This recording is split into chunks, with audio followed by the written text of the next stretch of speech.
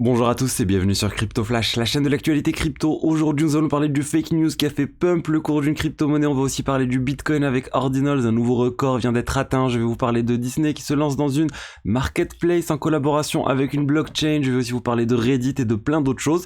N'hésitez pas à vous abonner à la chaîne si vous êtes nouveau. Tous les jours, le meilleur de l'actualité crypto. Passons rapidement sur le cours des cryptos. BTC, moins 0,7, Ethereum, moins 2,1. Le marché en légère baisse aujourd'hui. Je voulais revenir sur Ordinals et enfin du coup le réseau Bitcoin en fait, cette technologie initialement conçue pour les NFT mais qui est maintenant utilisée pour créer plein de memecoins, plein de shitcoins sur Ordinals avec les BRC20. Et ben ça vient de connaître un nouveau record. On a atteint plus de 500 000 inscriptions, plus de 500 000 on va dire NFT créés. Aujourd'hui, donc c'est assez énorme, c'est le record, ça montre qu'il y a toujours beaucoup d'intérêt pour Ordinals et c'est aussi une solution pour le long terme, pour moi, pour le Bitcoin, pour créer une demande régulière sur le BTC. Ensuite, parlons de Disney avec la place de marché qu'ils sont en train de créer. Ça se passe avec Dapper Labs. Dapper Labs, pour ceux qui ne connaissent pas, c'est ceux qui sont là derrière la blockchain Flow. C'est aussi ceux qui sont derrière l'un des premiers projets NFT sur Ethereum, CryptoKitties. Ils ont aussi bien surfé lors du dernier bull run avec les NBA Top Shot.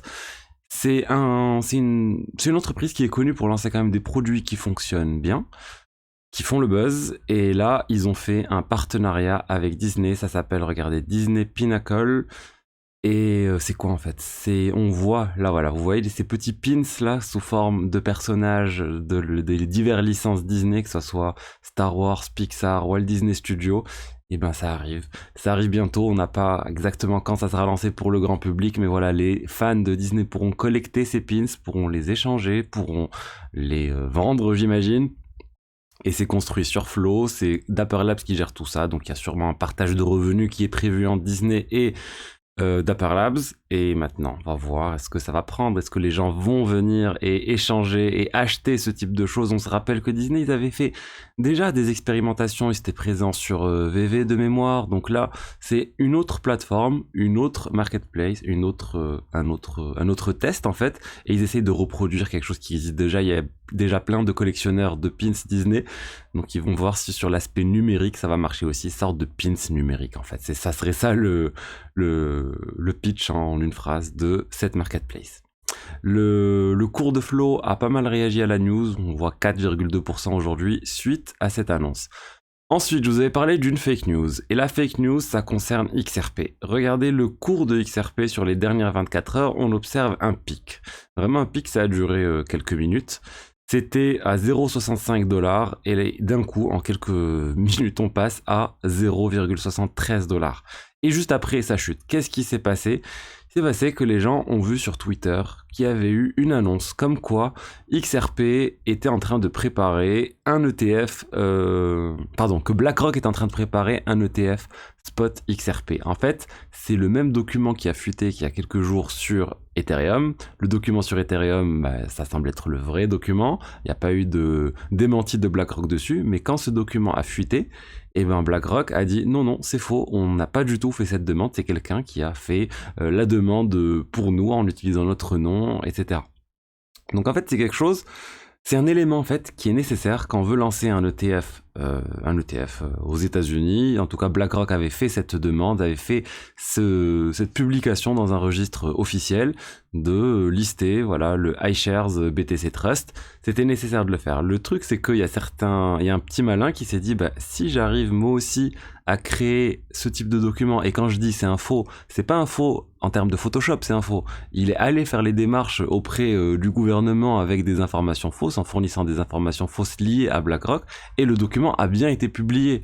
Donc au final, le document, c'est pas un faux en tant que tel, c'est pas un faux photoshopé, mais c'est pas du tout BlackRock qui a fait la demande. Donc juste après, ça a fortement chuté. Enfin, ça a fortement chuté, on a juste revenu au cours d'avant la fake news, et voilà. Et donc pour ça, il faut faire attention aux diverses informations que vous voyez sur Twitter, sur YouTube. Assurez-vous des sources. Quand ça parle d'ETF spot ou d'ETF crypto en général, Eric Balchunas, c'est l'une des personnalités les mieux informées sur le sujet. Il travaille chez Bloomberg et du coup, il a pu rapidement contacter ses sources chez BlackRock pour leur dire est-ce que c'est vrai ou c'est pas vrai tout ça. Ensuite, on va parler de Reddit et de leur token Moon. Est-ce que vous vous rappelez de ces tokens qui ont été lancés pour le subreddit, le forum de discussion cryptocurrency de Reddit? Il a été lancé depuis Reddit a annoncé qu'ils allaient arrêter leurs propres crypto-monnaies. Le cours a beaucoup chuté suite à cette annonce. Et là, en fait, il y a une annonce positive des administrateurs de Reddit sur cette crypto-monnaie, sur le token Moon. Suite à cette annonce, le cours du token Moon a fait plus de 200%. Vous voyez, ça a vraiment fortement augmenté. Pourquoi ?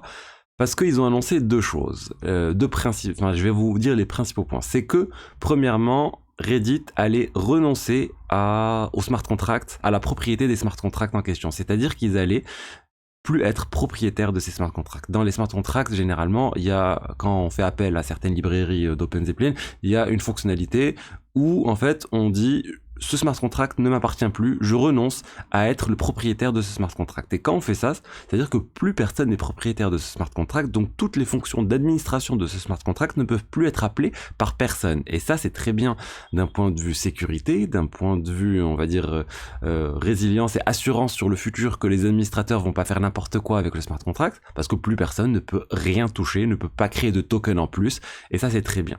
L'autre point, ils ont annoncé qu'ils allaient burn environ 30% de la supply de tout ce qui était dans le community tank. Donc une quantité, c'est pas négligeable de burn 30%.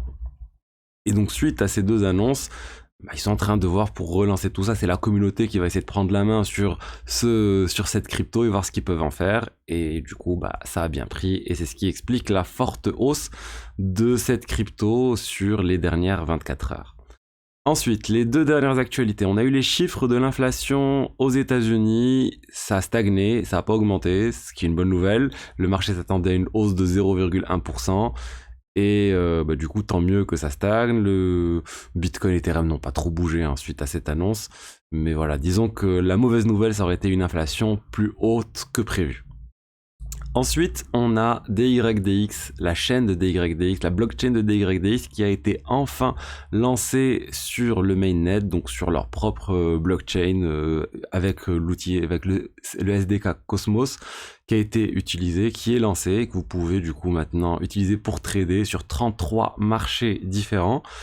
Ils n'ont pas encore tout activé, les récompenses avec les récompenses de trading, on va dire, ne sont pas encore activées. C'est-à-dire que vous n'allez pas gagner de tokens ou farmer quoi que ce soit en tradant, mais vous pouvez déjà échanger des cryptos contre d'autres cryptos sur cette blockchain-là. Et ceux qui...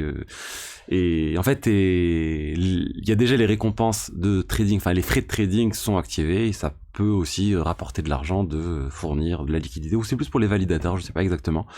Pour les validateurs et les stakers, en fait, voilà, les frais de trading leur vont aussi dès maintenant. Donc ça veut dire qu'on va avoir de plus en plus d'usage de cette blockchain prochainement et bientôt le lancement total final si tout se passe bien. Donc voilà ce que j'avais à vous dire aujourd'hui sur les diverses actualités crypto du jour. J'espère que le contenu vous a plu. Si c'est le cas, n'hésitez pas à liker, à commenter, à vous abonner. Je suis toujours en Turquie, je reviens demain soir. Je devrais avoir une vidéo aussi demain. Et voilà, je vous dis à demain. Au revoir.